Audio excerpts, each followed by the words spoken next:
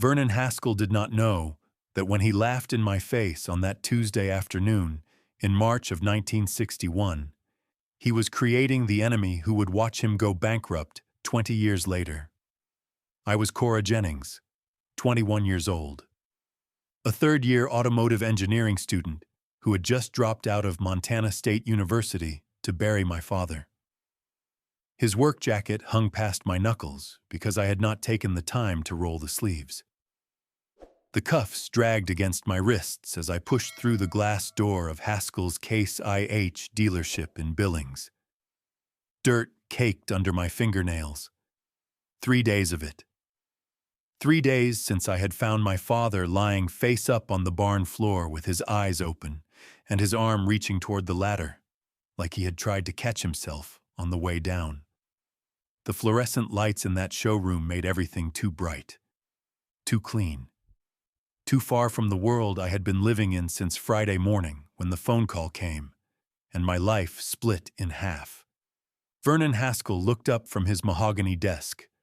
51 years old, pressed white shirt, firm handshake that had closed deals across 4 counties for 3 decades.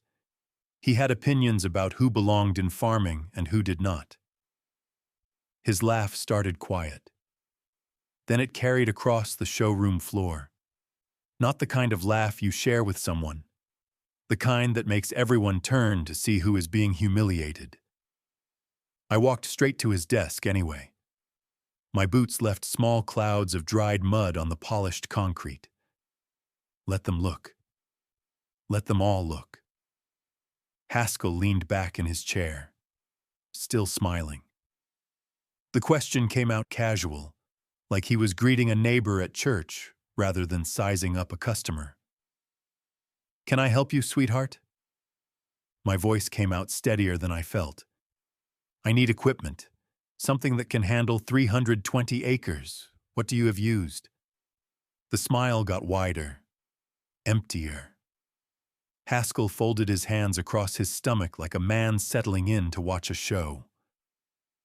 "I heard about your daddy. Emmett was a good customer. I am sorry for your loss." "Thank you." He tilted his head, studied me like a puzzle with missing pieces. "So what are you planning to do with the farm?" "Farm it." The laugh came back, fuller this time. Haskell glanced at his mechanic across the showroom, making sure he had an audience for what came next. "Farm it by yourself." He shook his head slowly. "Sweetheart, you are 21 years old. You are a college girl. What do you know about running 320 acres alone? Your daddy ran that place by himself for years, and it nearly broke him." I held my ground. Let the silence stretch until it became uncomfortable for him, not me. Haskell's tone shifted, softer now, like he was doing me a favor by explaining how the world worked. "Why don't you lease the ground out to one of the neighbors? Harlan Crow has been expanding. He would probably give you a fair price per acre. Or better yet, sell it. Buy yourself a nice dress. Go back to school. Find a husband who knows what he is doing. You are a pretty girl. Let him worry about farming." I looked at Vernon Haskell, looked at his clean hands resting on the mahogany desk, his pressed shirt that had never seen diesel fuel or hydraulic fluid, his confident smile that came from 30 years of people taking his advice because they assumed he knew better. I thought about my father's hands, cracked and calloused from pulling calves and rebuilding carburetors, strong enough to bend iron, gentle enough to transplant seedlings without bruising the roots. "Mr. Haskell, do you have a used tractor for sale or not?" Haskell sighed the way adults sigh at children who refuse to listen to reason. He stood up, walked around the desk, put his hand on my shoulder like a father guiding a confused daughter toward the right decision. "I have got a 1956 Case, $14,000. Fine machine. I can finance it for you. 10% down. 7 years at 11%. Your payment would be about $190 a month. I did the math in my head. $190 a month. 12 months. 7 years. Close to $16,000 for a $14,000 tractor. Over $2,000 in interest alone. I stepped back, so his hand fell off my shoulder. That is more than I can afford. Haskell's patience thinned. That is what equipment costs, sweetheart. Farming is not cheap. You need capital to compete. I am not trying to compete. I am trying to survive. He walked back to his desk, sat down, picked up a pen like the conversation was already over. Then farming is not for you, little girl. I turned and walked out. Behind me, through the glass, I heard Haskell say something to his mechanic. I only caught 3 words. College girl, playing farmer. The door swung shut and I stood in the parking lot. March wind cutting through my father's jacket. $18 in my wallet. A broken tractor at home. 320 acres of Montana dirt and nobody left to tell me what to do with it. I made myself a promise that afternoon. The kind you cannot take back. The kind that changes everything that comes after. 20 years later, I would own 950 acres free and clear. Vernon Haskell's dealership would be bankrupt. The inventory liquidated. The building sitting empty with a for sale sign gathering dust in the window. But that Tuesday in March, standing in the gravel lot with my heart pounding and my hands shaking inside my pockets, I had no way of knowing any of that. All I knew was that I had just been laughed at by a man who thought my limits were obvious, and I was going to prove him wrong if it killed me. 5 days earlier, I had been sitting in a lecture hall at Montana State University, taking notes on combustion engine efficiency. I was good at it. The engineering, the mathematics, the precise logic of how things worked and why they failed and what you could do to fix them. I had spent 3 years learning to think like a mechanic and an engineer at the same time. Learning to see machines as systems of interconnected parts that could be understood and optimized and improved. My father had not wanted me to go to college. Not at first. He needed help on the farm. Another set of hands. Someone to take over when he got too old to do it alone. But my mother had wanted me to have choices. My mother had been dead for 12 years by then. Pneumonia. Winter of 1949. I was 9 years old when she went into the hospital and did not come out. I could not remember her face anymore. The details had faded. Eye color, exact height, the sound of her laugh. But I remembered the last thing she said to me, whispered from the hospital bed, voice barely carrying across the sterile white room. Take care of your father, baby. Take care of the land. The land remembers. I did not understand what she meant. Not then. I was 9. I just wanted her to get better. Wanted her to come home and make breakfast and sing the songs she used to sing when she thought nobody was listening. She died 2 days later. My father never remarried. Never even dated that I knew of. He poured everything he had into that farm and into raising me alone. Taught me how to drive a tractor before I could see over the steering wheel. Taught me how to check oil and change filters and gap spark plugs and rebuild a carburetor from memory. By the time I was 16, I could tear down a Farmall engine and put it back together in under a day. My father watched me work. Watched me figure out problems he had struggled with for years. Watched me explain what was wrong with the hydraulic system in terms he barely understood but knew were correct. And one evening at dinner, he put down his fork and said the words that sent me to college. You are too smart for this place, Cora. Your mother would want you to have options. So I applied to Montana State. Got accepted. Studied automotive engineering because I loved engines and because I thought designing cars in Detroit would be the ultimate escape from 320 acres of dry Montana dirt. I thought I knew what I wanted. I thought I knew who I was. I was wrong about both of those things. The phone call came on a Friday morning. March 3rd, 1961. I was eating breakfast in the dormitory cafeteria. Oatmeal and powdered milk. The same thing I had eaten every morning for 3 years because it was cheap and filling, and I could not afford to be picky. A girl I barely knew came running up to my table. Said the office had a phone call for me. Said it sounded urgent. I walked to the administration building, picked up the receiver, said hello. A woman's voice I did not recognize said words I will never forget. Miss Jennings, this is Billings General Hospital. I am calling about your father, Emmett Jennings. He collapsed this morning. We need you to come home. I said something, asked questions, got answers that did not make sense because nothing made sense in that moment. Stroke. Massive. Happened in the barn around 5:47 in the morning. A neighbor found him an hour later when he did not show up for their weekly coffee. The paramedics tried everything, but he was gone before the ambulance even arrived. I hung up the phone, walked back to my dormitory room, packed a bag, got in my car, and drove 4 hours through Montana winter roads without stopping. By the time I reached the farm, my father's body was already at the funeral home. The barn door was still open. The bucket of feed he had been carrying was still overturned in the corner. Oats spilled across the concrete floor.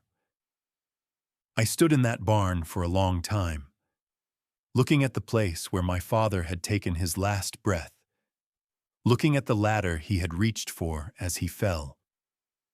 And I remembered the last thing I had said to him, the weekend before he died. I had driven home for a quick visit. We ate dinner at the kitchen table, pot roast and potatoes. The same meal he made every Sunday because my mother used to make it, and he had never learned to cook anything else. Halfway through dinner, he started talking about spring planting, about the wheat coming in, about the sorghum he wanted to try in the South 40. And I cut him off mid-sentence. Dad, I need to tell you something. He set down his fork, looked at me across the table. I am not coming back after graduation. I got an interview with Ford in Detroit. They are looking for engineers. I want to design engines. Real engines. For cars, not tractors. My father sat there for a long moment, face unreadable. Then he nodded once, picked up his fork, finished his potatoes in silence. Neither of us brought it up again. 5 days later, he was dead. And I would spend the next 45 years trying to take those words back. The inventory of what Emmett Jennings left behind fit on half a sheet of notebook paper. 320 acres of dry land west of Billings. Good soil if you knew how to work it. Winter wheat and barley rotated through a system my father had developed over 2 decades. The farmhouse needed a new roof. Shingles curled at the edges. Water stains spreading across my bedroom ceiling where rain found its way through. A 1948 Farmall M sat in the equipment shed with its crankshaft thrown. Undrivable. Waiting for repairs my father never got around to finishing. $2,350 in cash. Stuffed in a Prince Albert tobacco tin on the top shelf of the workshop. Hidden behind cans of paint thinner and brake fluid. Money my father had been saving for something he never got to do. 0 debt. Emmett Jennings had farmed for 26 years without owing anyone a dollar he could not pay back by harvest. The land was free and clear. The equipment paid for. The only recurring expense was property tax. $360 a year. Due in November. I did not know it yet. But there was one more thing hidden on that farm. Something tucked away in the old storage shed behind the cow barn. Something my father and mother had been building together for 21 years. But that discovery would come later, in January. When the cold forced me inside and the loneliness drove me to clean out spaces I had been avoiding. For now, all I knew was that I had 320 acres of Montana dirt, a broken tractor, $18 in my wallet, and a choice to make about what came next. The day after the funeral, Harlan Crow knocked on my door. He farmed 800 acres bordering the Jennings place to the east. 58 years old, red-faced, thick hands. John Deere cap pulled low over his eyes. He stood on the porch holding his hat against his chest, trying to look sympathetic while making a business pitch. Cora, I want you to know I am here if you need anything. Your daddy was a good neighbor. I opened the screen door, stepped out onto the porch. Thank you, Mr. Crow. He cleared his throat, shifted his weight. I have been thinking. You probably do not want to deal with all this right now. Farming is hard enough with help. Alone, it is near impossible. I could lease your ground, give you $20 an acre, $6,400 a year guaranteed. You would not have to worry about weather or equipment or any of it. I looked past him to the fields, winter wheat showing green through patches of snow. My father's work already in the ground, just waiting for spring to finish what he started. I appreciate the offer, Mr. Crow, but I am going to farm it myself. Crow's face changed. The sympathy disappeared. Cora, be reasonable. You are 21 years old. You have never run an operation by yourself. You are a college girl. What do you know about 320 acres? My father taught me everything he knew. Your father had 30 years' experience and equipment that worked. You've got a broken tractor and no money, and winter is not even over yet. He stopped himself, adjusted his hat. Look, I am just trying to help. Think about it. The offer stands. He walked back to his truck, shaking his head. I watched him drive away and thought about my mother. Take care of the land. The land remembers. If I sold the farm, I would lose the last piece of both of them. The thought settled in my chest like a stone. I was not ready to let go. The pastor stopped by on Monday morning.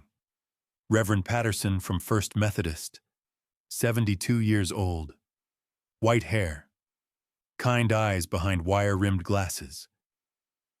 He sat at the kitchen table drinking coffee I had made too strong because I had forgotten how much grounds to use. Your father was a good man, Cora, a pillar of this community. Yes, sir. I know. I know this is a difficult time. Making decisions when you are grieving. It is not easy. He paused, choosing his words carefully. Have you thought about what you are going to do with the farm? I wrapped my hands around my own coffee cup, using the heat to keep them from shaking. I am going to keep it. Reverend Patterson nodded slowly. I understand the sentiment. It is your father's legacy. But Cora, your father would want you to be practical. He would want you to have a life, a family, a future that is not tied to dirt and diesel. This is my future. You are 21 years old. You have options. You could go back to college, finish your degree, meet a good man, raise children. Your father worked this land so you would not have to. My father worked this land because he loved it, and he taught me to love it too. Reverend Patterson finished his coffee, stood up, put his hand on my shoulder. I will pray for you, Cora. I will pray you make the wise choice. After he left, I sat alone at the table. The house felt too big, too empty. The silence pressed against my ears until I could hear my own heartbeat.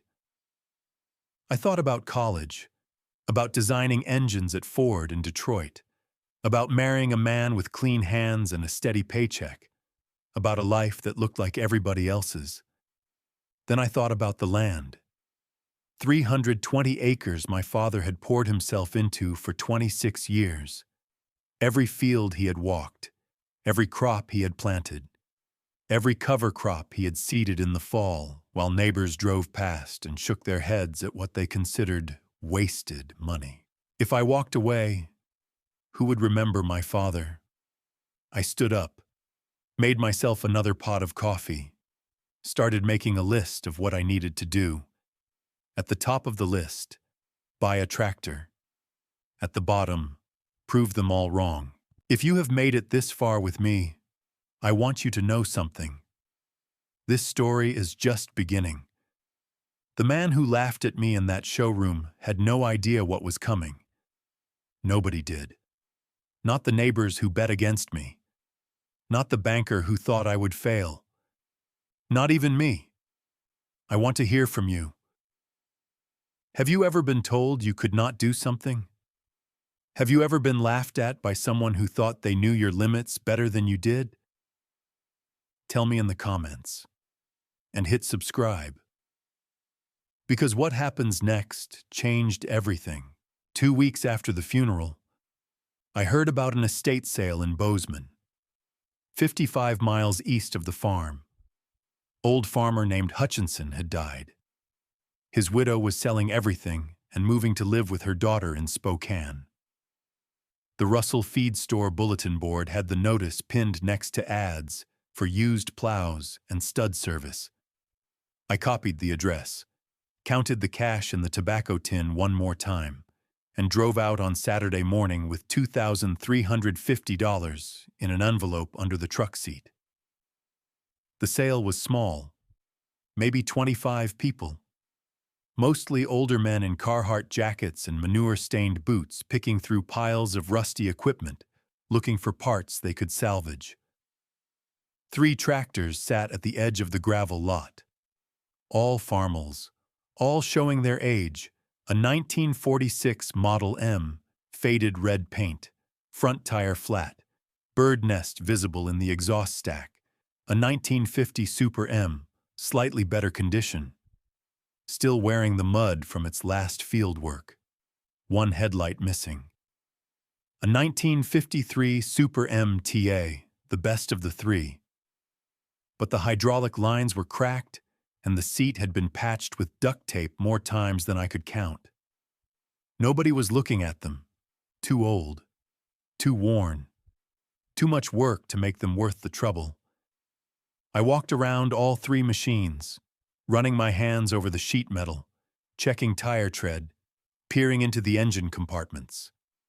I had grown up working on my father's farmal, knew every bolt, every seal, every adjustment point. These were the same bones, the same blood. The auctioneer started with the newer equipment.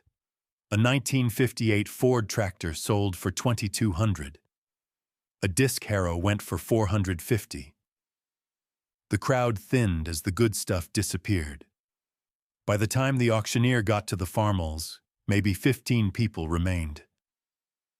The 46 Model M came up first. The auctioneer's voice carried across the lot, bored and mechanical. 1946 Farmal M ran when parked. Needs some work. Who will give me 1,000? Silence. Men shifted their weight, looked at their boots, said nothing. 500. More silence. The auctioneer sighed. Come on, folks. Somebody give me 300 to start. I raised my hand. The auctioneer pointed at me. Got 300. Do I hear 350? Nobody moved. 300 once. 300 twice. Sold for $300 to the young lady in the back. A murmur went through the crowd. I ignored it. The 50 Super M came next. I watched. Waited. Kept my hand down until the auctioneer dropped his opening price 3 times. When he hit 400, I raised my hand. An older man in the front bid 450. I countered at 500. The man looked at me, looked at the tractor, shook his head and walked away. Sold for $500. The 53 Super MTA was the one I really wanted. Best engine of the three. Most reliable transmission. If I could only get one running, it would be this one. The auctioneer started at 1,000. Got nothing. Dropped to 700. Then 500. Then 400. I raised my hand at 400. Got 400. Do I hear 450? A man near the front started to raise his hand. Then he saw me, saw how I was looking at that tractor, and something in my expression made him lower his hand and step back. Sold for $400 to the same young lady. I had just bought 3 tractors for $1,200 total. I had $1,150 left, and no way to get any of them home. The older man who had bid against me on the second tractor walked over after the auction ended. He was about 64 years old, weathered face, clear eyes, the kind of tan that comes from decades of working under open sky. His hands were thick and calloused. Farmer's hands, like my father's hands. He looked at me for a long moment. Then he looked at the 3 farmals I had just bought. You know your way around an engine. It was not a question. He had watched me inspect those machines, seen how I checked the compression by hand, how I looked at the oil on the dipstick and knew what the color meant. I am studying automotive engineering, I said. Or I was. He nodded, understanding something I had not said out loud. Your daddy was Emmett Jennings. Yes, sir. He helped me rebuild my combine in '54, spent 3 days in my barn, would not take a dime, said neighbors help neighbors. He extended his hand. Silas Thornton. I farmed 300 acres south of Bozeman. Cora Jennings. We shook. His grip was firm but not aggressive, the handshake of a man who had nothing to prove. Silas looked at the tractors again, then back at me. You need a way to haul these home. Yes, sir. I do. I have got a flatbed trailer at my place, 10 miles from here. You are welcome to use it. Take as many trips as you need. I felt something crack in my chest. The first kindness anyone had shown me since my father died that was not wrapped in pity or ulterior motive. I would appreciate that, Mr. Thornton. Call me Silas. He pulled a piece of paper from his pocket and wrote his address on the back. Come by this afternoon. We will get you loaded up. He started to walk away, then stopped, turned back. Those are solid tractors, Cora. Old, but solid. Your father would be proud of what you are trying to do. Thank you. He nodded once, then walked to his truck and drove away. I stood in the gravel lot for a long time, looking at 3 machines that did not run, looking at the $1,150 I had left, looking at the long road ahead. Then I went to find Silas Thornton's trailer. 6 hours later, I pulled into my driveway with all 3 farmals chained to Silas's flatbed. It had taken 3 trips.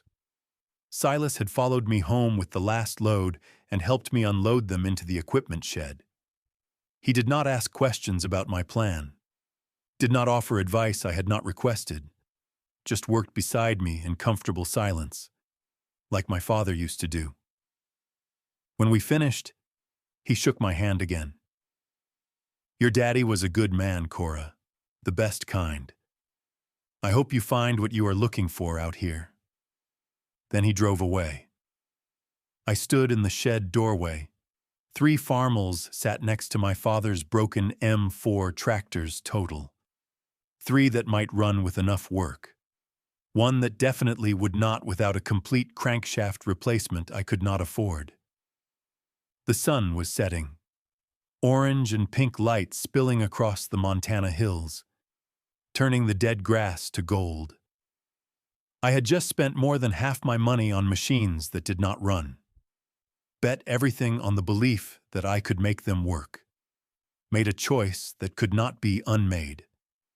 I walked to the workshop, turned on the overhead lights, pulled my father's repair manuals off the shelf, found the sections on the Farmal M and Super M, and started reading.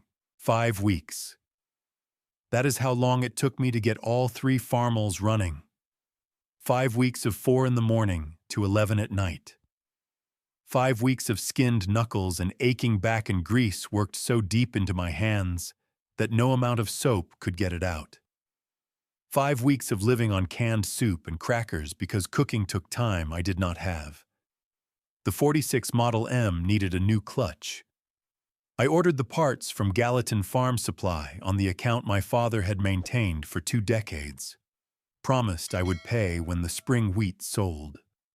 The clutch kit cost $175. I installed it lying on my back under the tractor. Using the floor jack my father had welded from scrap iron 30 years ago. The hydraulic seals came next, 22 of them throughout the system, each one requiring the line to be disconnected and cleaned and reassembled. The carburetor needed rebuilding. Jets clogged with varnish from fuel that had sat too long. I soaked the parts in solvent overnight. Used my father's compressed air to blow out every passage. The 50 Super M had different problems. Fuel pump shot. Electrical system, a mess of corroded connections and frayed wires. I worked through it systematically, following the troubleshooting charts in the manual, testing voltage at every junction point, replacing what could not be salvaged. The 53 Super MTA was the most complex. The TA stood for torque amplifier, a transmission system that let you shift on the fly, increase pulling power without stopping. It was the most advanced technology Farmal had produced in the early 50s, and it was completely seized up. I spent 8 days on that transmission alone, disassembling it piece by piece, cleaning decades of dried grease and rust, replacing bearings and seals, learning the system from the inside out. Oil and filters, coolant flush, spark plugs gapped to specification. My father's workshop became my world. The smell of motor oil and solvent, the weight of wrenches in my hands, the satisfaction of a problem solved and a machine brought back to life. Della Ramsey found me on the 3rd Saturday. I was underneath the Super M wrestling with a seized hydraulic fitting when I heard a car pull up, footsteps on gravel. Then a familiar voice. Cora Jennings. Are you under there? I rolled out from beneath the chassis, engine oil streaking my forearms. Della stood in the doorway of the shed, 26 years old, dark hair pulled back, still wearing her nurse's uniform from Billings General. She was holding a pot of beef stew and looking worried. I brought you dinner. When is the last time you ate? I had to think about it. Yesterday, maybe, or the day before. Time had stopped meaning much. Della set the stew on the workbench, looked around at the 3 tractors, at the tools scattered across the floor, at my hollow eyes and grease-stained clothes. People at the diner are taking bets on you? I know. 7-1. Against. I have heard worse odds. She smiled, but it did not reach her eyes. I put $40 on you. I stopped wiping my hands, looked at her. Why? Because I have known you since you took apart Mrs. Patterson's lawnmower in 8th grade and put it back together better than before. You were 12 years old, and you fixed something 3 grown men had given up on. She paused. You do not quit, Cora. You never have. After Della left, I ate the entire pot of stew standing at the workbench. Did not realize how hungry I was until the first bite hit my stomach. Then I went back to work. The hydraulic fitting finally broke free at midnight. By mid-April, All 3 tractors were running.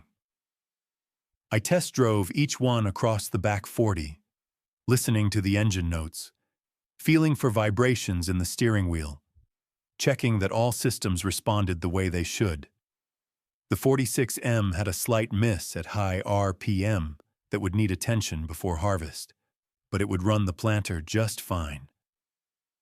The 50 Super M ran smooth, better than it had in years, probably. The rebuild bringing back power it had lost long ago. The 53 Super MTA was my pride. The transmission shifted clean. The engine hummed. The hydraulics responded instantly. I had spent more time on that machine than the other 2 combined, and it showed. I stood in the field with all 3 tractors idling behind me. Let myself feel it for just a moment. Pride, relief. The kind of accomplishment that comes from doing something everybody said was impossible. My hands were shaking. Not from fear this time. From the realization that I had actually done it. Then I went inside, looked at the tobacco tin, counted what was left. $1,150 minus $380 for parts. $770 remaining. Spring planting started in 2 weeks.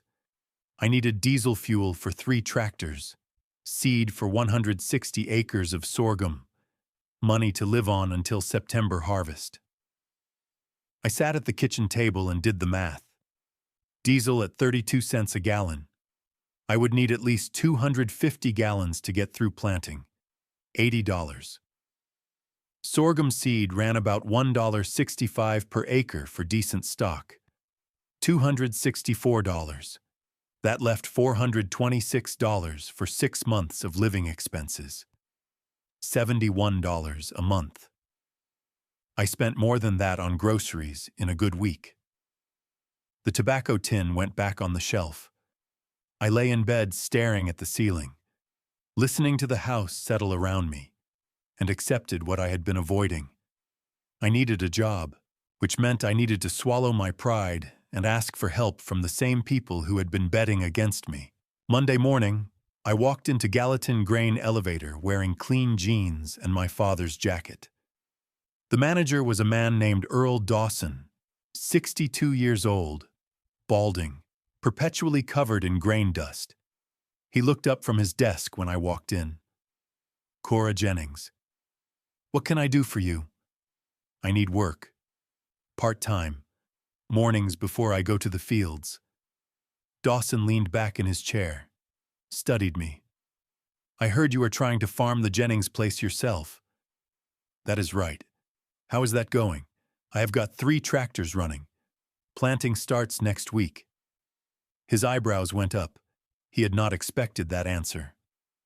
I can give you 4 to 8, 6 days a week, $1.40 an hour, shoveling grain, cleaning bins, whatever needs doing, hard work, physical labor. I cannot give you special treatment just because I do not want special treatment. I want a paycheck. Dawson nodded slowly, something like respect crossing his face. Start tomorrow, 4 in the morning. I showed up at 3:50. Dawson handed me a flat shovel and pointed at a bin half full of wheat. We are cleaning this out. Needs to be empty by 8. 3 other men worked the morning shift, all older, all surprised to see Emmett Jennings's daughter show up with a shovel. They watched me for the first hour, waiting to see if I would slow down, or quit, or ask for help. I just kept shoveling, over and over, rhythm matching my breathing. The same way I had learned to work on engines, steady, methodical, relentless. My back started aching by 5:30. By 7, my hands were blistered through my gloves. By 8, the bin was empty and my arms felt like they might fall off. One of the men walked over after. Tommy Fisher, 50-something. Gray hair. Quiet. You did good work today. Thank you. You know people are betting you will not last a month on the farm. I heard. He studied me for a moment, then reached into his pocket, pulled out some crumpled bills. I just put $75 on you winning. Do not make me look stupid. Planting started the last week of April. I worked the grain elevator from 4 to 8. Drove home. Showered off the grain dust in water so cold it made me gasp. Ate whatever I could find in the pantry. Then walked to the equipment shed and started my second job. The Super MTA pulled the planter my father had used for 20 years. I followed the markers from previous seasons, keeping the rows straight, maintaining proper spacing, checking seed depth every third pass to make sure the settings held. The winter wheat my father had planted last October was already showing green across 160 acres. All I had to do was wait for it to mature. The sorghum was different. Start to finish my responsibility. If it failed, the blame belonged to me alone. June arrived hot and dry, the kind of heat that made the air shimmer above the dirt roads. I was checking hydraulic fluid levels one afternoon when I heard a vehicle pull up. I pushed myself up from the concrete floor, knees aching from hours in the same position. Vernon Haskell stood next to his truck, hands in his pockets, looking at my 3 farmals like a jeweler appraising stones. Cora, Mr. Haskell, I am not here to sell you anything. I wanted to check on you. People in town are worried. People in town are talking about me. There is a difference. Haskell walked closer, examining the tractors, taking in details, the fresh paint on the hood where I had touched up rust, the new hydraulic lines, the electrical harness I had rewired. Those are the farmals you bought at the Bozeman sale. Yes, sir. How much did you pay? $1,200 for all 3. He let out a low whistle. And you got them running. They run fine. He circled the Super MTA, looking at it from every angle. These tractors are 15 and 10 and 8 years old. Parts are getting hard to find. You are going to have breakdowns at the worst possible times. Middle of harvest, middle of planting, and when that happens, you are going to lose your crop. They will last. I know how to take care of them. Your daddy thought the same thing. His tractor threw a crankshaft. The comparison hit harder than Haskell knew. My hands started shaking. I shoved them in my pockets so he would not see. My father's tractor had 20 years on it. These have half that. I will take my chances. Haskell shook his head, something that might have been genuine concern mixing with the condescension. I hope you know what you are doing, Cora. I really do. He climbed back in his truck. I watched him drive away. Then I went back to checking fluid levels. But my hands were shaking so badly I had to stop working. I sat on the concrete floor, back against the tractor tire, letting myself feel the fear I had been pushing down for 4 months. What if Haskell was right? What if the tractors broke down during harvest? What if I lost the crop because I could not afford repairs? What if all of this, the auction, the 5 weeks of rebuilding, the 4 in the morning shifts at the grain elevator, the entire bet I had made on myself? What if it all fell apart because of one mechanical failure I could not predict or prevent? I closed my eyes, listened to my own breathing, thought about my father lying in the barn with his eyes open and his arm reaching for the ladder.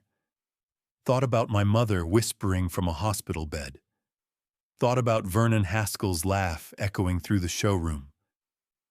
Then I opened my eyes, stood up, picked up my wrench. Because the difference between quitting and not quitting had nothing to do with confidence. It was just deciding to do the work anyway. The wheat came in strong through June. I walked the fields every evening after my shift at the elevator. Before the sorghum work, checking for disease, for insects, for any sign the crop was struggling. It looked good. better than good. The heads were filling out heavy, the stems strong, the color right. Harvest would start mid-July if the weather held. The sorghum came up on schedule. I irrigated from the well my father had drilled in 1956, running the sprinkler lines across sections, moving them twice a day. The heat stayed brutal, but the plants pushed through. By the end of June, I had 160 acres of sorghum at 8 inches, looking strong, on track for a decent yield if I could keep them watered through the summer. Harvest came in September. I ran the combine 16 hours a day for 2 weeks, slept 4 hours a night, ate sandwiches in the cab while the header kept moving. Total income for the year, $13,400. After expenses, fuel and parts and seed and taxes and the minimum I needed to survive, I had saved $8,600. More money than I had ever seen in one place. More than my father had cleared in most seasons. It should have felt like victory. Instead, I felt afraid, because I did the math on what came next, and the margin between survival and disaster was too thin. November arrived cold and relentless. The fields lay empty, stubble poking through the first snow. I quit the grain elevator job now that harvest was done. No more 4 in the morning shifts. No more shoveling wheat into conveyors. Just the farmhouse and the silence and the realization that for the first time since my father died, I had nothing that demanded my immediate attention. The loneliness came at me sideways, not during the day when I could find work to fill the hours. Fixing equipment, organizing the workshop, splitting firewood for the stove. It came at night. Dinner alone at the kitchen table. No conversation. No sound except the furnace clicking on and the house settling around me. My father had been gone 9 months, and I still expected to hear his boots on the porch. On a Tuesday evening in mid-November, I sat at the kitchen table with my bank statement. The numbers stared back at me. $8,600. 2 years to get to $17,000 in savings. 5 years to get to $40,000. And what was $40,000? Not enough to expand. Not enough to buy better equipment. Not enough to ever feel safe. I pushed the statement away, put my head in my hands. For the first time since the funeral, I let myself think about what everyone had been telling me. Sell the farm, take the money, start over. I could probably get $45,000 for the land if I found the right buyer. Harlan Crow would likely go $50,000 given how much he wanted to expand. $50,000, a house in town, a car that did not burn oil, maybe even finish my degree if I still wanted it. A normal life. The thought sat there, tempting and terrible. I got up from the table, put on my father's jacket, grabbed the truck keys. I did not drive to the feed store. I drove into Billings, down Main Street, past the hardware store and the diner and the bank, past the Methodist church where Reverend Patterson preached about making wise choices. I pulled into the parking lot across from Haskell's Case IH dealership, cut the engine, sat there with both hands on the steering wheel. The showroom glowed under fluorescent lights. I could see Vernon Haskell through the window, sitting at his desk, talking on the phone. 2 new Case tractors sat in the showroom, green paint gleaming, price tags visible from across the street. Men walked in and out. Farmers I recognized from around the county. Men who belonged in that building. Men who could walk through the door and be taken seriously. My hand moved to the door handle. It would be easy. Walk in. Tell Haskell I had changed my mind. Ask him to help me find a buyer. He would smile that knowing smile. Say he had been expecting me. say he had been waiting for me to come to my senses, but he would help. He would make the calls, find someone willing to pay top dollar, handle the paperwork, make it all go away. I could be done with this, done with the fear, done with the loneliness, done with lying awake at night calculating margins and wondering if the Super M would make it through another season. My fingers wrapped around the door handle. I took a breath, started to pull. Then I saw my reflection in the side mirror. My father's jacket, sleeves still rolled twice, his work gloves on the seat beside me, my hands on the steering wheel. Calloused now, strong, capable of things I had not known I could do 9 months ago. I thought about my mother, Lillian Jennings, dead at 33 from pneumonia that could have been treated if they had caught it sooner. Lillian in the hospital bed, fever burning through her, using her last conscious moments to tell a 9-year-old girl to take care of her father and the land. Take care of the land. The land remembers, as if somehow she had known, as if she had looked into the future and seen this exact moment, and needed me to remember. I released the door handle, put both hands back on the steering wheel, sat there until my breathing steadied. Then I started the truck, backed out of the parking lot, drove home. I never mentioned that night to anyone. Not to Della when she came by with groceries the next week. Not to Silas Thornton when he stopped to check on me before Christmas. For 45 years, I would carry that moment alone, the closest I ever came to quitting. The night I sat across from Vernon Haskell's dealership with my hand on the door and chose to go home instead, I remember that moment in the parking lot. The fear so thick I could taste it. The voice in my head telling me everyone was right, that I was in over my head, that I should have listened. Have you ever been there? Standing at the edge of giving up? Not because you wanted to, but because you could not see any other option? Tell me your story. What kept you going when everything said to quit? Drop it in the comments. I read every single one, and stay with me. Because what I discovered in that storage shed in January changed everything I thought I knew about my family. January arrived bitter and mean. Temperatures that did not break zero for days at a time. I spent the short days weatherproofing the farmhouse, stuffing rags around window frames, banking hay bales against the foundation for insulation. The propane bills were eating into my savings. $55 a month to heat a house too big for one person. I started closing off the upstairs entirely, living in the kitchen and my bedroom, letting the cold claim the rest. On a Thursday afternoon when the wind chill made it dangerous to be outside, I decided to clean the old storage shed behind the cow barn. I had been avoiding it since April. My father had built that shed when I was 7 years old, told me to stay out of it, said it was full of dangerous equipment and old chemicals. Kid stuff. Not for me. I had obeyed him for 14 years, even after I was old enough to know he was just keeping me away from something.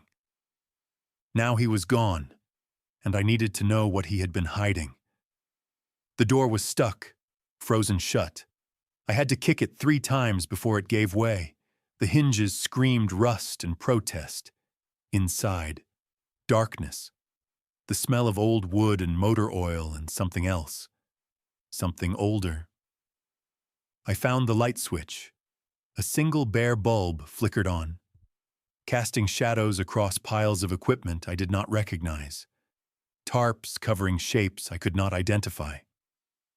I started in the corner, moving boxes, clearing paths, finding nothing but old tools and broken equipment and the accumulated debris of 26 years of farming. Then I moved the stack of wooden crates near the back wall and found the iron box. Military surplus, army green, padlocked, a combination lock with 3 dials. The box was heavy. I dragged it into the light, brushed away years of dust. My father had never mentioned this, never hinted at its existence, never explained why it was hidden under tarps in a shed he had forbidden me to enter. I tried random combinations. Nothing. Tried my father's birthday. Nothing. Tried the year they got married. Nothing. Then I tried my mother's birthday, September 17th, 1918, 09-1718. The lock clicked open, inside the box, wrapped in oilcloth, protected from decades of Montana winters. A leather journal. Thick. Brown cover worn soft from handling. No title, no identification, and letters, hundreds of them. I pulled out the journal first, opened to the first page, my mother's handwriting, neat and precise, dated April 1940. Field notes, observations, numbers arranged in columns with headers I had to puzzle out.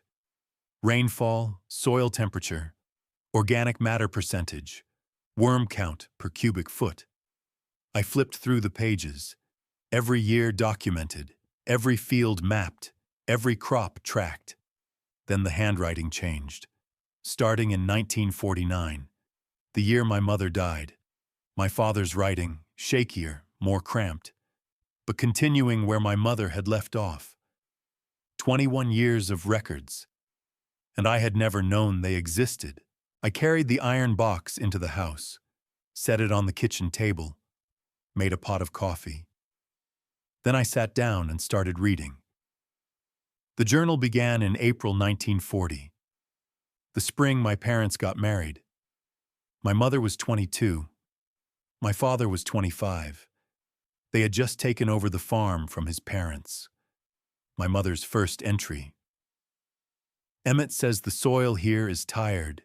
His father grew wheat every year for 30 years, never rested the land, never put anything back, just took and took until there was nothing left to give.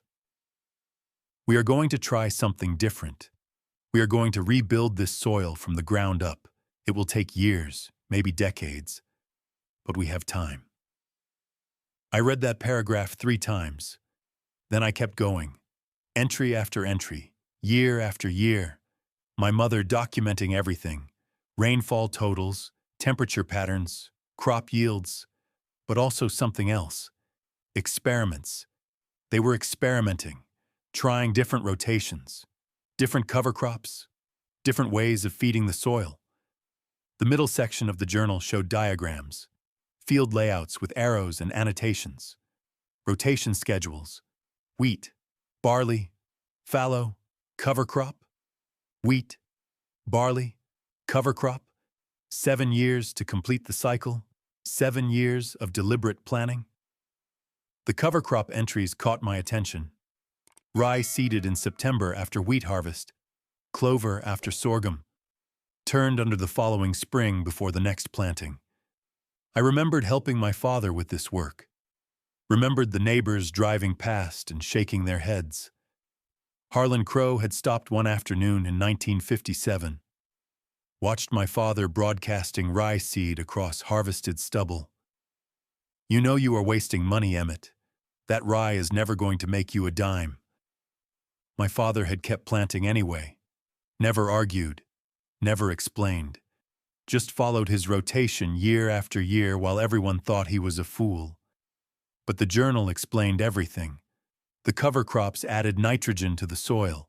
The fallow years allowed moisture to accumulate. The rotation prevented disease buildup.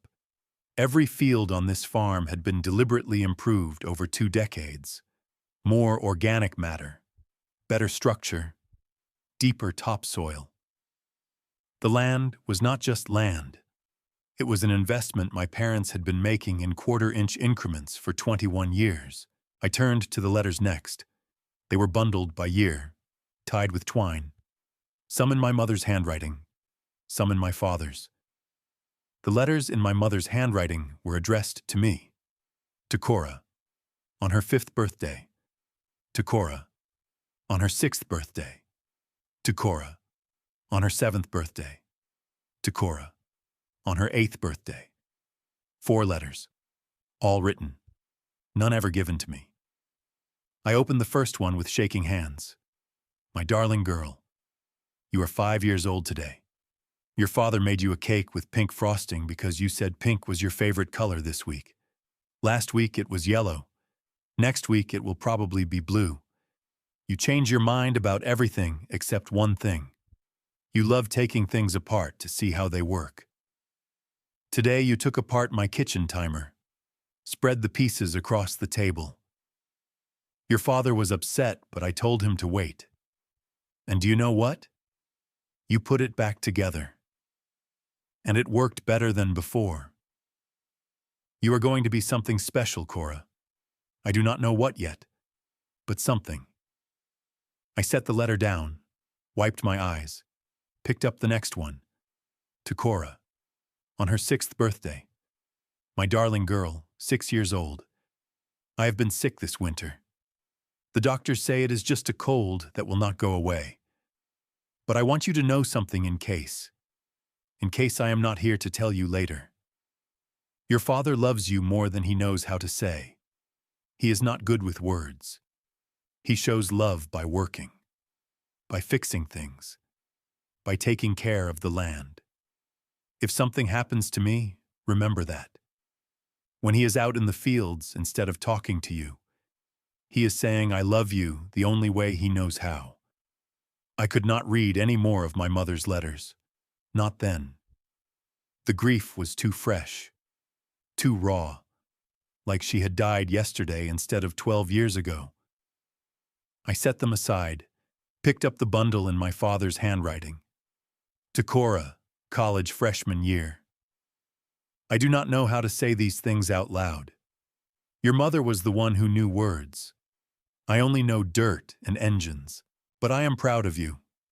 Going to college, studying engineering, becoming something more than what I am.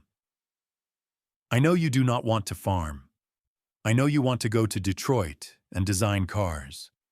And that is fine. That is good. I just wanted you to know, in case I never figure out how to say it to your face, I am proud of you, Cora. So proud it hurts. There were more letters.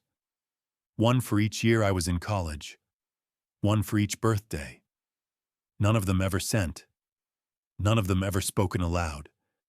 My father had written to me for 3 years, pouring out the words he could not say, then filing them away in an iron box hidden in a storage shed. The last letter was dated 2 weeks before he died. To Cora. In case I never get to say this, I know you do not want to be a farmer. I know you want to design engines in Detroit, and I want you to have that. I want you to have everything you dream about. But if something happens to me, if you ever need a place to land, the farm will be here. Your mother and I spent 21 years building this soil. Not for money, not for pride. For you, in case you ever needed it. The dirt remembers everything we put into it. Trust the soil. Trust yourself. We loved you more than we knew how to show. Dad and Mom. I sat on the kitchen floor for a long time, journal open in my lap, letters scattered around me. Crying. Not the silent tears I had shed at the funeral. Not the brief moments of grief I had allowed myself before pushing everything down and moving on. This was different. Deeper. The kind of crying that comes from understanding something too late to say thank you. My parents had known, had planned, had spent more than 2 decades building something they would never see the results of. And they had done it for me. Not because I had asked, not because I had shown interest in farming, but because they had looked at their daughter and decided she deserved a chance, even if she did not know she wanted it yet. The crying lasted an hour. When it finally stopped, I dried my face on my sleeve, stood up, carried the journal to the table, made more coffee, sat down, and started reading from page 1. I have never told anyone the full truth about that night. The letters from my mother I had never seen. The words from my father he could never say out loud. The 21 years they spent building something just in case I ever needed it. But I'm telling you now, because I think you understand. Have you ever discovered something about someone you loved after they were gone? Something that changed everything you thought you knew about them? A letter? A photo? A story from someone who knew them when they were young? Tell me. Share your story in the comments.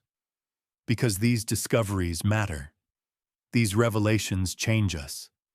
And sometimes sharing them helps the healing. Subscribe if you have not already. Because the next part of this story is where everything changes. I read through January, through February, through March when the snow came heavy and the roads turned impassable for days at a time. I studied every entry, memorized the rotation, understood the reasoning, saw the patterns my parents had been following, the wisdom they had never bothered defending because they knew the land would prove them right eventually. By April, I had a plan. The years blurred together after that, not because they were not distinct, but because I fell into a rhythm that would shape my life for the next 18 seasons. Spring planting, summer maintenance, fall harvest, winter planning. I followed my parents' rotation exactly, trusting the system even when it made no immediate sense. Planted cover crops every autumn while neighbors drove past and laughed. Let fields sit fallow while everyone else pushed for maximum production every year. The results came slow, incremental, the kind of progress you could not see year to year, but became obvious over time. 1965. I cleared $10,200 in profit. My savings reached $21,000. The Super M needed a transmission rebuild. I did the work myself over 6 weeks in February, following the repair manual step by step. The parts cost $340. A dealership would have charged $1,800. Vernon Haskell came by that spring, found me in the equipment shed adjusting carburetor settings. Still farming with those old farmals, Cora. Still running fine, Mr. Haskell. They are what now? 19 and 15 and 12 years old? Something like that. He shook his head, genuine puzzlement on his face. How are they still going? Because I take care of them. Same way I take care of my soil. Your soil. He said it like he was trying to understand a foreign language. What has your soil got to do with equipment? Everything. 1968. I had $36,000 in the bank. My wheat yields were starting to tick upward, not dramatically, just a bushel or two per acre better than before. But across 160 acres, those extra bushels added up. Harlan Crow stopped by in July. First time he had set foot on my property since I turned down his lease offer 7 years earlier. I heard you pulled 31 bushels per acre on your wheat this year. That is what the elevator says. County average was 23. I set down my wrench, looked at him. Cover crops, fallow years, 7-year rotation. Same thing I have been doing since 61. That is a lot of ground sitting empty. A lot of seed that does not bring in any money. That seed feeds the soil. The soil feeds the crop. It is an investment. Crow shook his head. You sound like your daddy. I consider that a compliment. He left without saying anything else, but I saw him slow down as he drove past my cover crop field. Saw him looking at the rye and clover growing thick and green where wheat would not be planted for another 2 years. I do not know if he ever tried it himself, but he stopped laughing at me after that. 1971 brought the drought. Spring rain never came. Summer heat arrived early and stayed. The grass turned brown by June. Ponds dried up. Stock tanks needed constant filling. Farmers across Gallatin County watched their crops wither and die. I walked my wheat fields in July, checking the heads, running the kernels between my fingers. The grain was smaller than normal, lighter, but it was there. The plants had found moisture somewhere, pulled it up from depths other fields could not reach. Harvest numbers told the story. County average, 14 bushels per acre. My fields, 31 bushels, more than double. People started noticing, not with respect, not yet, but with confusion. How was Emmett Jennings's daughter outproducing farms with 3 times the equipment and 5 times the operating budget? The answer was in the soil. In 21 years of cover crops and fallow rotations and organic matter building. But nobody asked me. Nobody wanted to learn from a woman, especially one who farmed with equipment older than their children. I did not care. I just kept working. The agricultural boom hit full stride by the mid-70s. Land prices climbing, grain prices strong, government programs encouraging expansion. Farmers borrowed against everything, bought more acres, bought bigger equipment, chased production numbers that looked good on paper and terrible on balance sheets. Vernon Haskell sold tractors as fast as they came off the truck. New models every year, bigger engines, more horsepower, price tags that made my eyes water. His dealership expanded. New showroom, bigger parts department. 3 mechanics instead of 1. Every sale came with financing. Every loan created a relationship that benefited Haskell and burdened the farmer. He stopped by my place in '76, found me in the workshop rebuilding the fuel pump on the 46M Cora. "Can I talk to you for a minute?" I set down my tools, wiped my hands. "What is on your mind?" "I have been watching what you are doing out here, the yields you are getting, how you keep those old tractors running." He paused, choosing words carefully. "I think I was wrong about you back in '61. I should not have laughed." I waited. This was new. I am not apologizing, not yet. But I wanted to say I am impressed. You have proved something. He gestured at the farmals. "Though I still think you should upgrade. I have got a 1975 model that would double your efficiency. $18,000. I can get you financed at 12%. Payment of $280 a month." I did the math instantly. 280 times 12 months times 7 years. $23,520 to buy an $18,000 tractor. Over $5,000 in interest. I will stick with what I have. You are leaving money on the table, Cora. These old machines are holding you back. They are paid for. That puts me ahead of most farmers in this county. For now. But everyone is expanding. You need to expand too, or you will get left behind.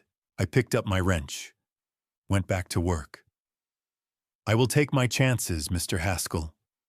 He left, shaking his head. $40 in parts versus $18,000 in debt.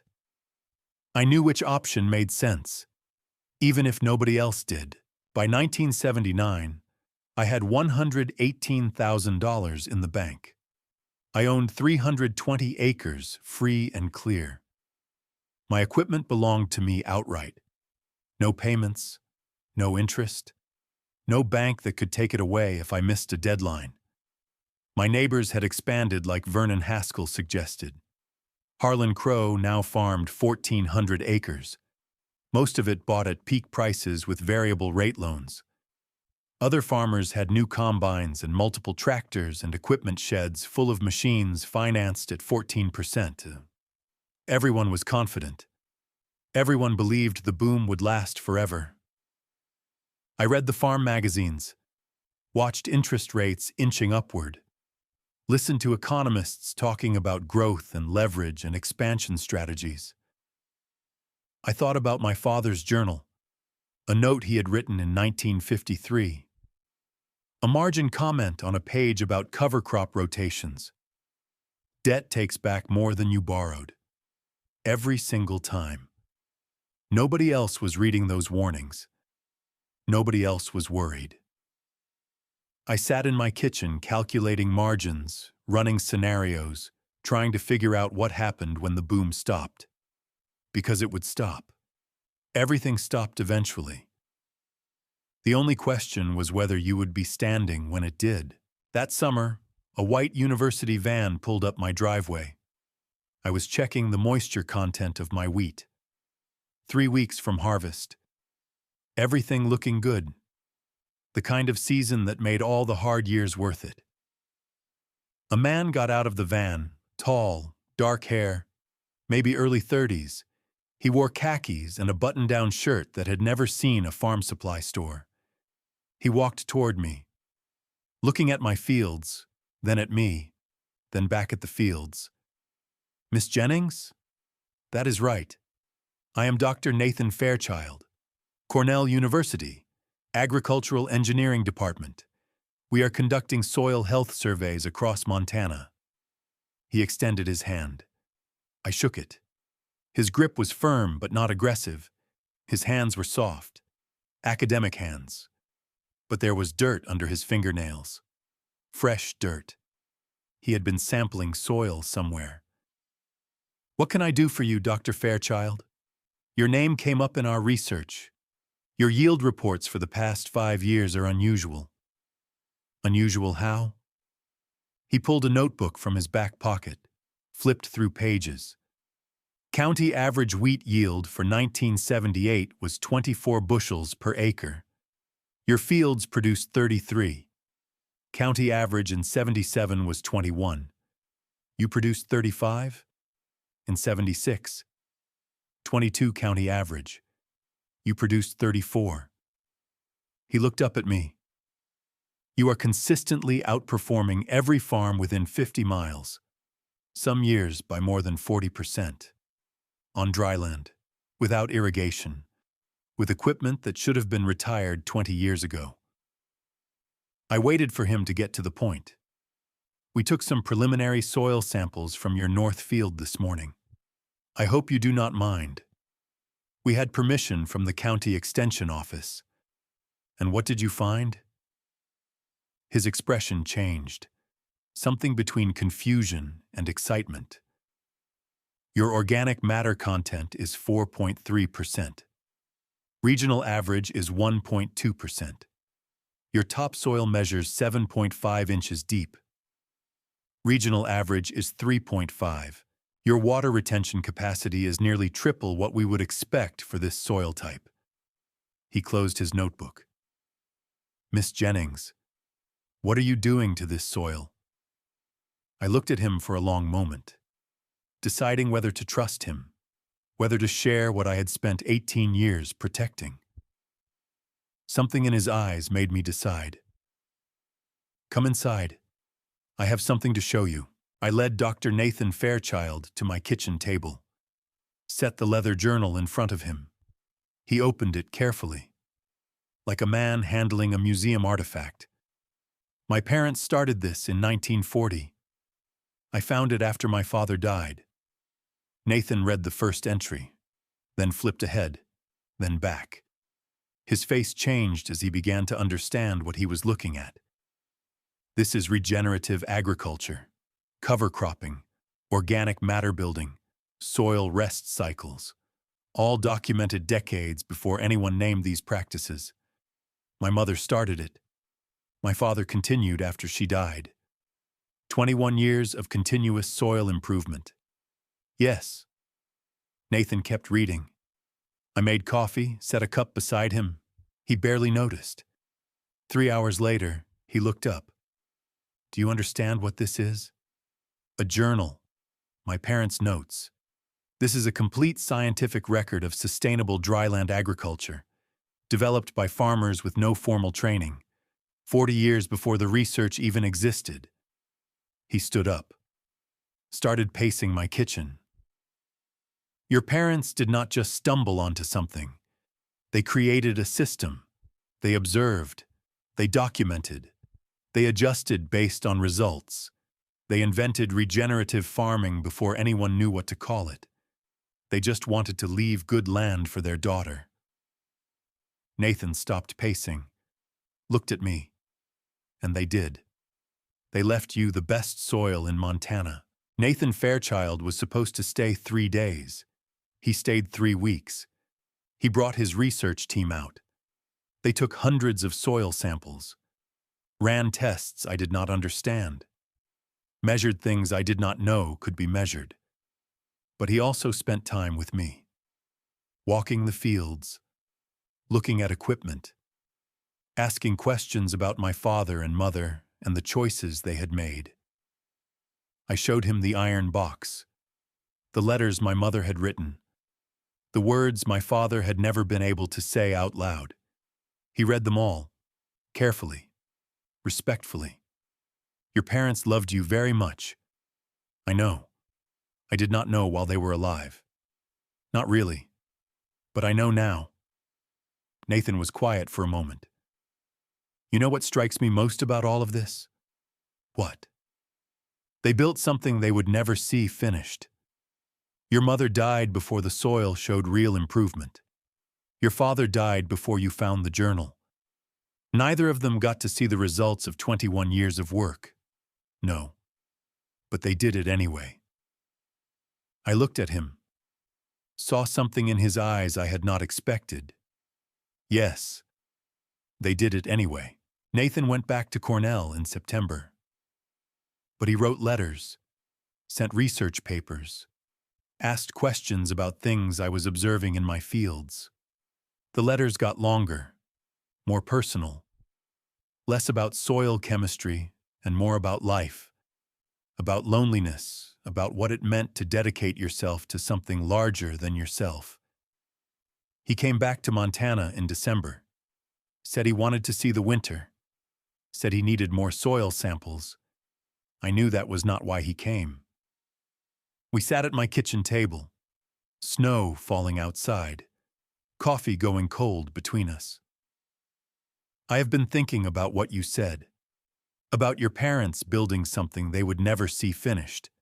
And I have spent my entire career studying soil, running experiments, writing papers that maybe a few hundred people will ever read. And I keep asking myself, what am I building? What am I leaving behind? I did not answer, just listened. Your parents knew. They had a purpose. Everything they did was for something, for someone, for you. He looked at me. I want that. I want to build something that matters, something that lasts longer than I do. What are you saying, Nathan? I am saying I do not want to go back to Cornell. I am saying there is more important work to do here. He paused, took a breath. I am saying I think I am falling in love with you, Cora, and I do not know what to do about it. The silence stretched between us, snow piling against the windows, the old farmhouse creaking in the wind. For 18 years, I had told myself I did not need anyone. The farm was enough. The work was enough. The memory of my parents and the promise I was keeping to them. That was enough. But sitting across from Nathan Fairchild, I realized I had been lying to myself. I was not strong because I did not need people. I was strong because I had survived without them. There was a difference. Nathan understood the land, understood the journal, understood what my parents had built and why it mattered. He did not see me as a stubborn woman trying to prove something to people who had laughed at her. He saw me as someone who had figured out a truth that most people never learned. And for the first time since my father died, I did not feel alone. I do not know how to do this, I said. I have been by myself for 18 years. I do not know how to let someone in. Nathan reached across the table, took my hand. His fingers were warm against my cold skin. "You do not have to know how. We can figure it out together."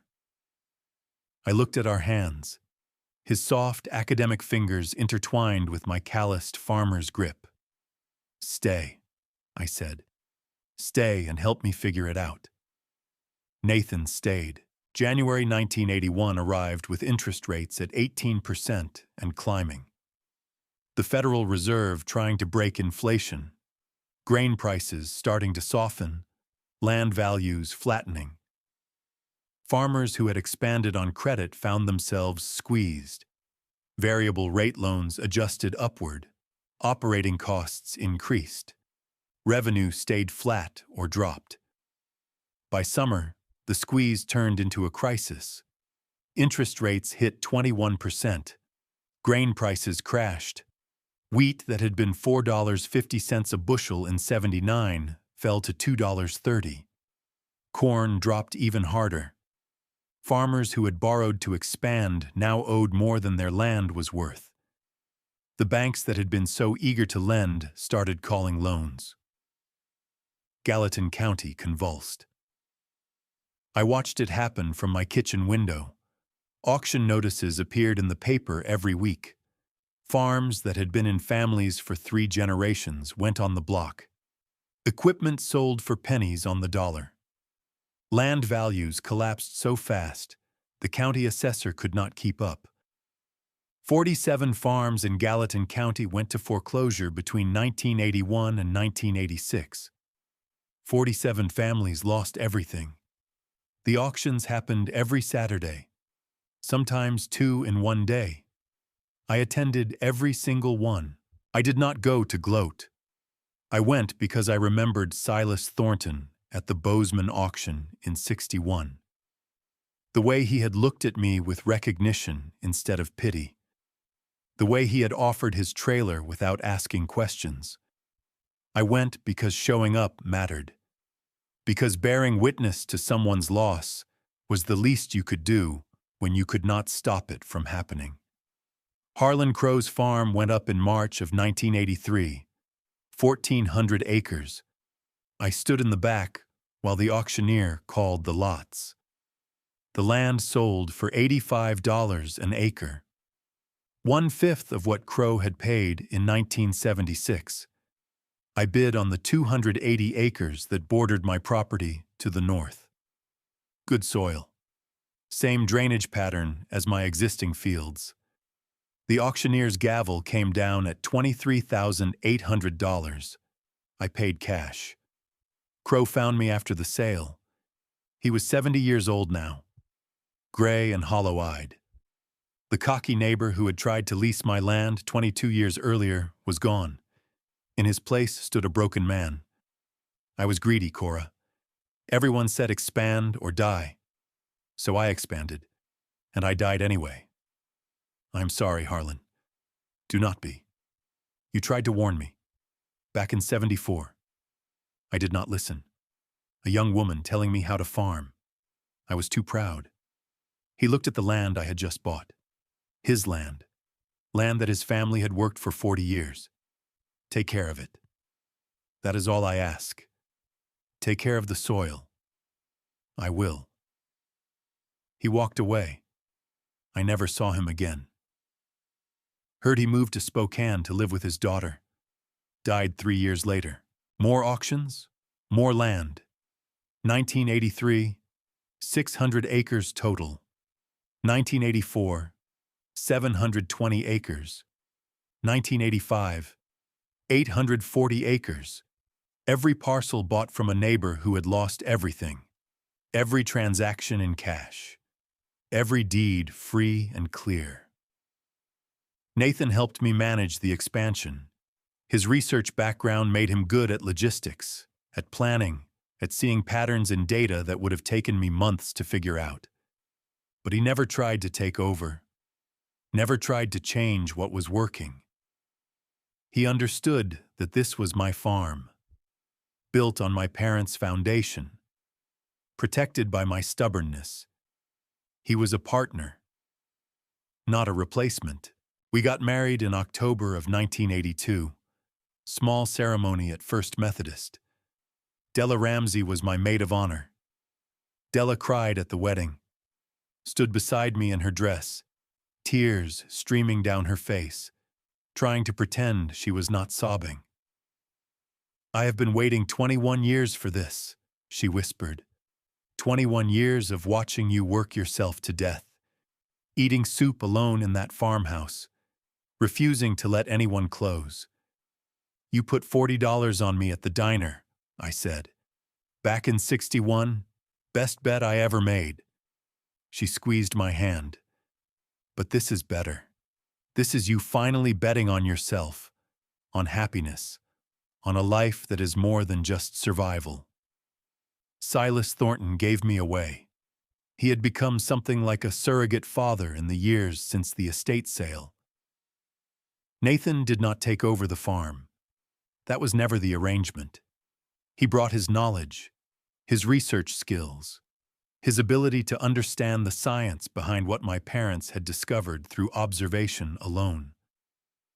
But I ran the operation, made the decisions, kept the rotation, trusted the soil.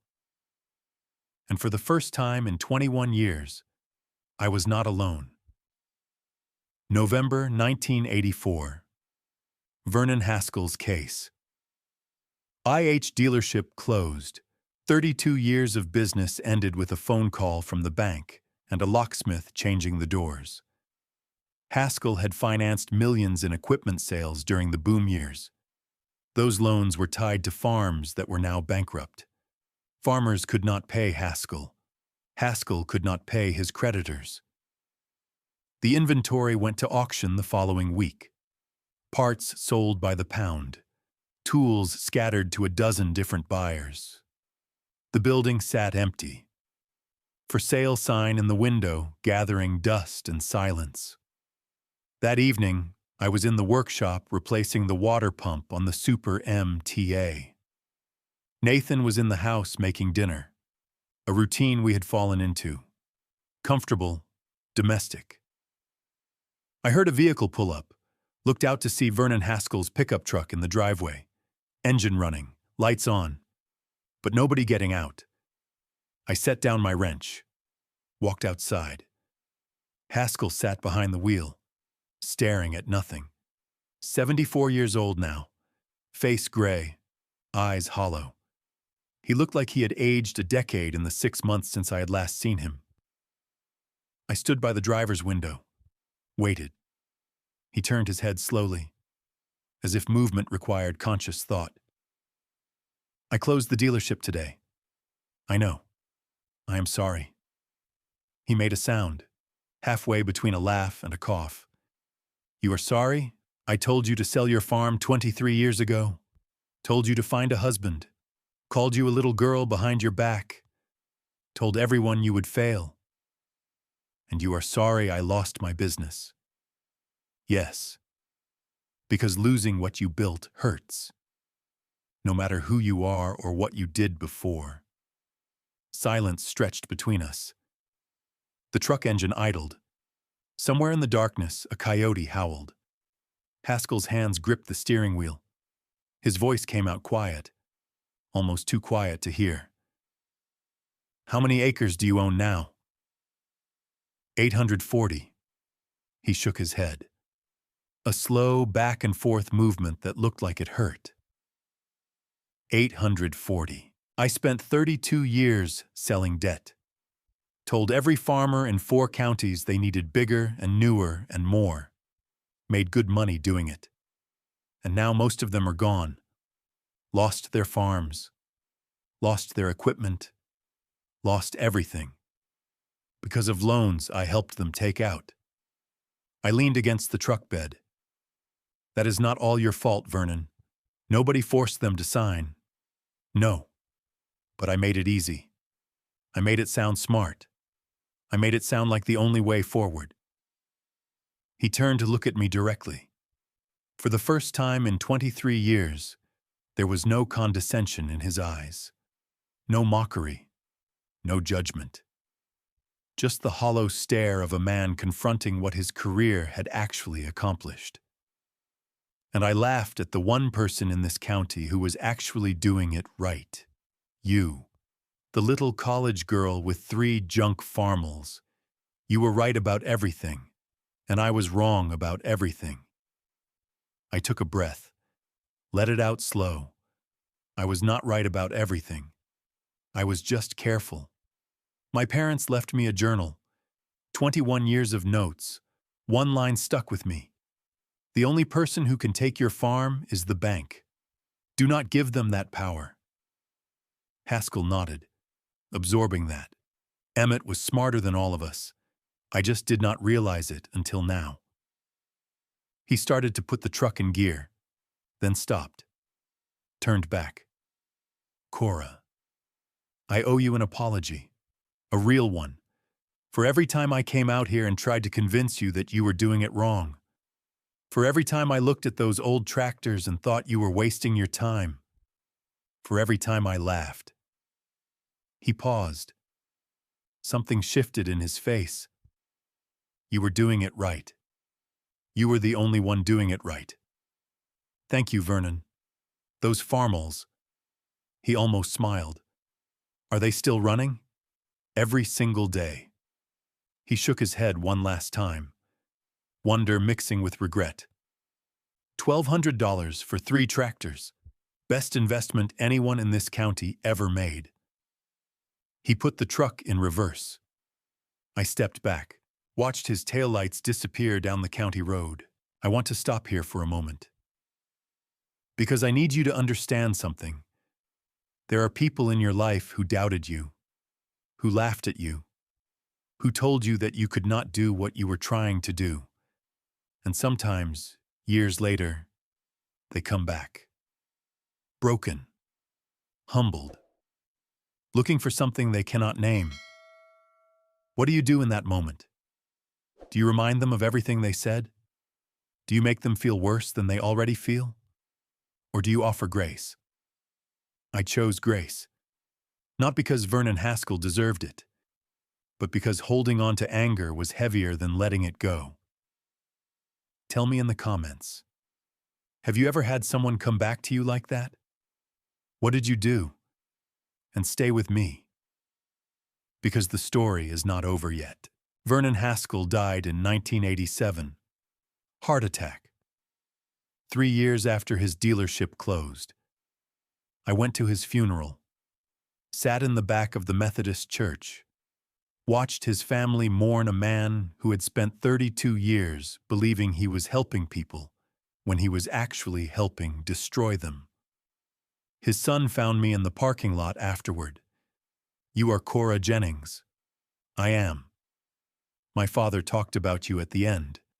Said you were the only one who got it right. Said he wished he had listened to you instead of trying to teach you. I did not know what to say, so I said nothing. He also said. The son paused, wiped his eyes. He said you were kind to him. That night he came to your farm. He said you did not gloat, did not remind him of what he had said to you 20 years before. You just listened. I was not being kind, I said. I was being honest. Sometimes that is the same thing. He walked away. I drove home. Thought about the man who had laughed at me in that showroom so many years ago. He was wrong about me. But in the end, he knew it. And that was enough.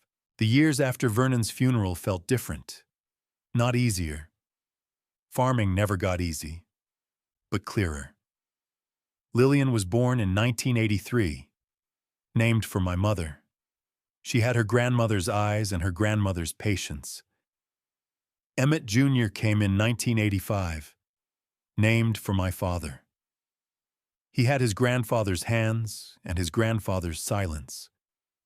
Caroline arrived in 1988. She was all her own. Raising 3 children on a working farm was nothing like the parenting books described. Lillian learned to drive a tractor before she learned to ride a bicycle. She would sit on my lap at age 4, small hands wrapped around the steering wheel, eyes serious and focused as we made slow passes across the back 40. By 12, she was running equipment on her own.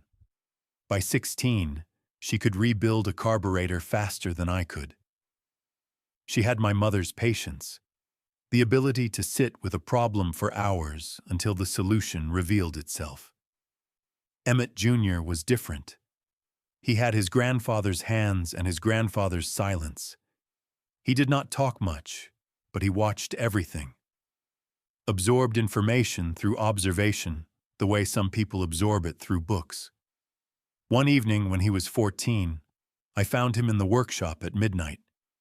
He had disassembled the hydraulic pump from the old Super M parts, spread across the workbench in careful rows. I should have been angry. That pump had been giving us trouble for months. Taking it apart without permission could have made everything worse. But I watched him work. Watched him clean each component. Examine the seals. Find the hairline crack in the housing that had been causing the leak. He looked up when he heard me. "I think I found the problem, Mom. I think you did too." We rebuilt that pump together. Mother and son, side by side in the workshop the way I had worked beside my father so many years before. Caroline was the wild card. She had no interest in tractors or soil or the endless cycles of planting and harvest. She wanted to paint, to write, to capture the Montana sunsets in watercolors that she sold at the county fair. I worried about her at first. Worried that she would not carry forward what my parents had started. Worried that the legacy would end with her generation. Nathan helped me see it differently. "Not everyone has to work the soil to love it," he said. "Caroline sees this land the way an artist sees it. She will carry it forward in her own way." He was right.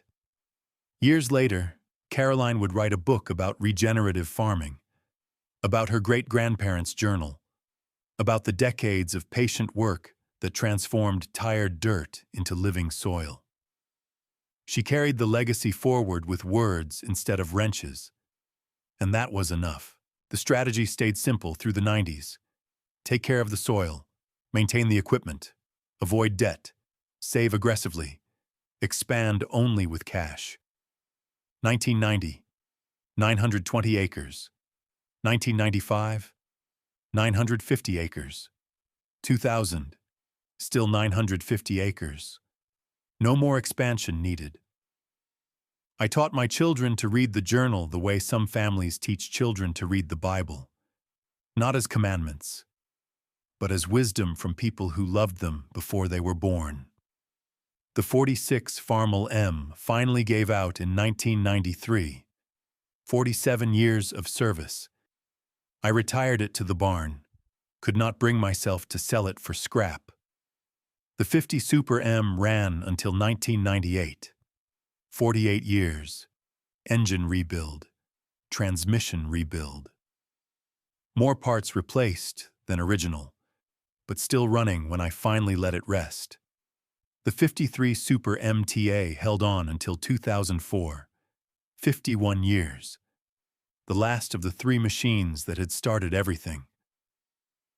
I was checking hydraulic levels one morning when the transmission finally seized. Metal grinding against metal. A sound that meant the end. I shut down the engine. Sat there on the tractor seat for a long time. Looking at the fields my parents had built. The fields I had protected. The fields my children would inherit. Nathan came out to find me an hour later. "The transmission is gone," I said. "Really gone this time." He climbed up beside me, put his hand on my shoulder. "You kept it running for 51 years, Cora. I think it has earned its rest." We had the Super MTA hauled to the barn, parked it next to the other 2. 3 Farmals sitting side by side in the dim light. 1946, 1950, 1953. The tractors that had cost me $1,200 in 1961 and carried me through 43 years of farming. I stood between them, one hand on each hood, and cried.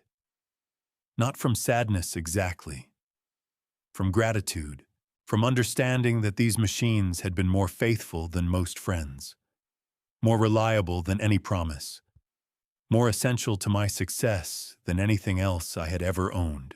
Della Ramsey died in 2003. Cancer.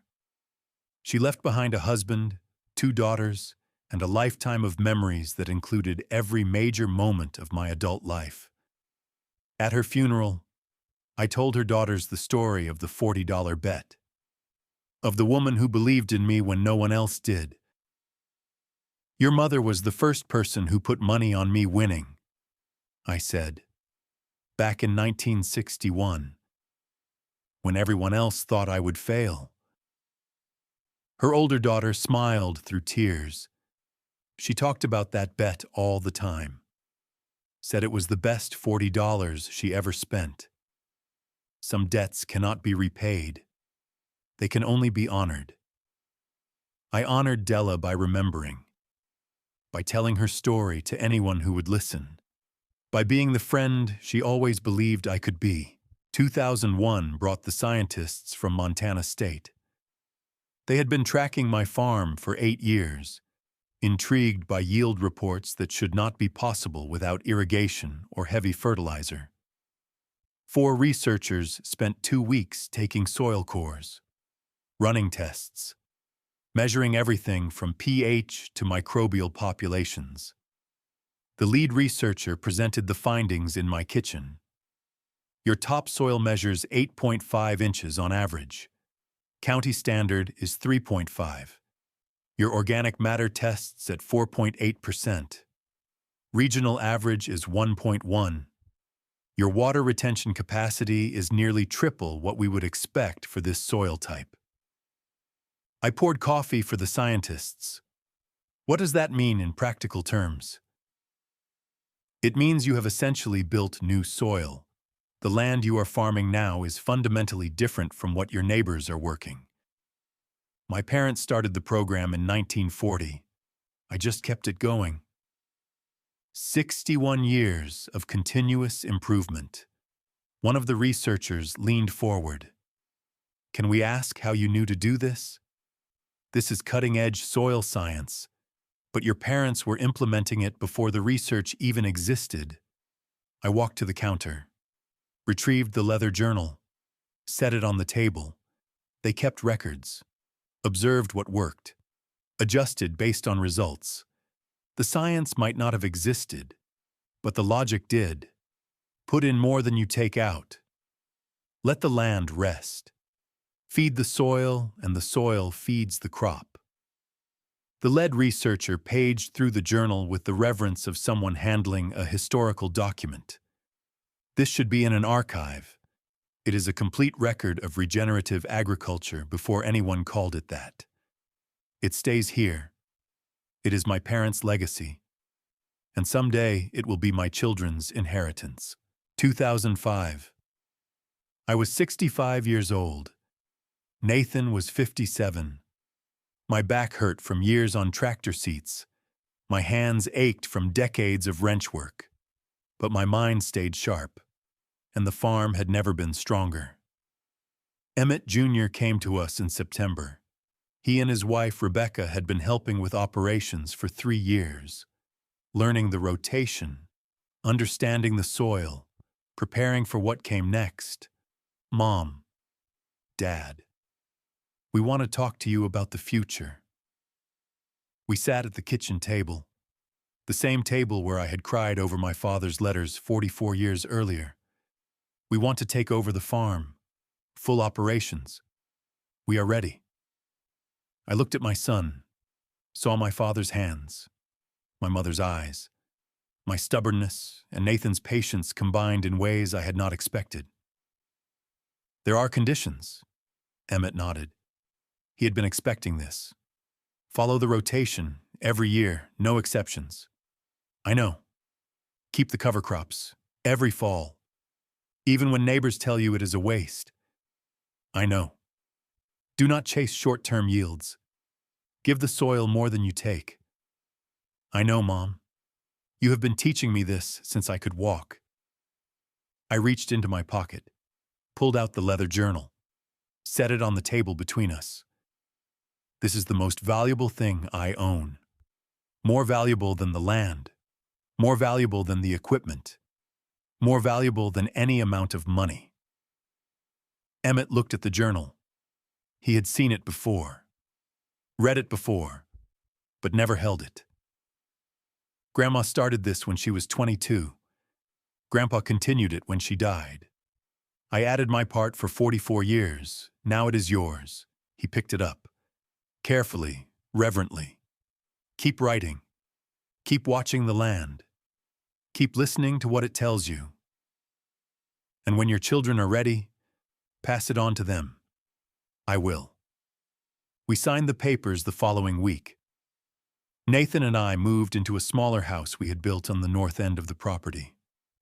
Close enough to help, far enough to let Emmett make his own decisions. I still walked the fields sometimes, still ran my hands through the soil, still marveled at what my parents had started and what I had continued. 950 acres, free and clear, passed down through 3 generations, soil richer than the day I inherited it, the journal in my son's hands, ready for a 4th generation to carry forward. 2006. I sit on the porch of my house, Nathan beside me, both of us watching the sun set behind fields we have walked for decades. Emmett's daughter, my granddaughter, is starting college next month. Montana State. Agricultural engineering. She wants to understand the science behind what her great-great-grandparents discovered through observation alone. The wheel turns. I think about Vernon Haskell sometimes, the man who laughed at me in that showroom so many years ago. The man who came to my farm, broken and hollow-eyed, and asked how many acres I owned. 840, I had told him then.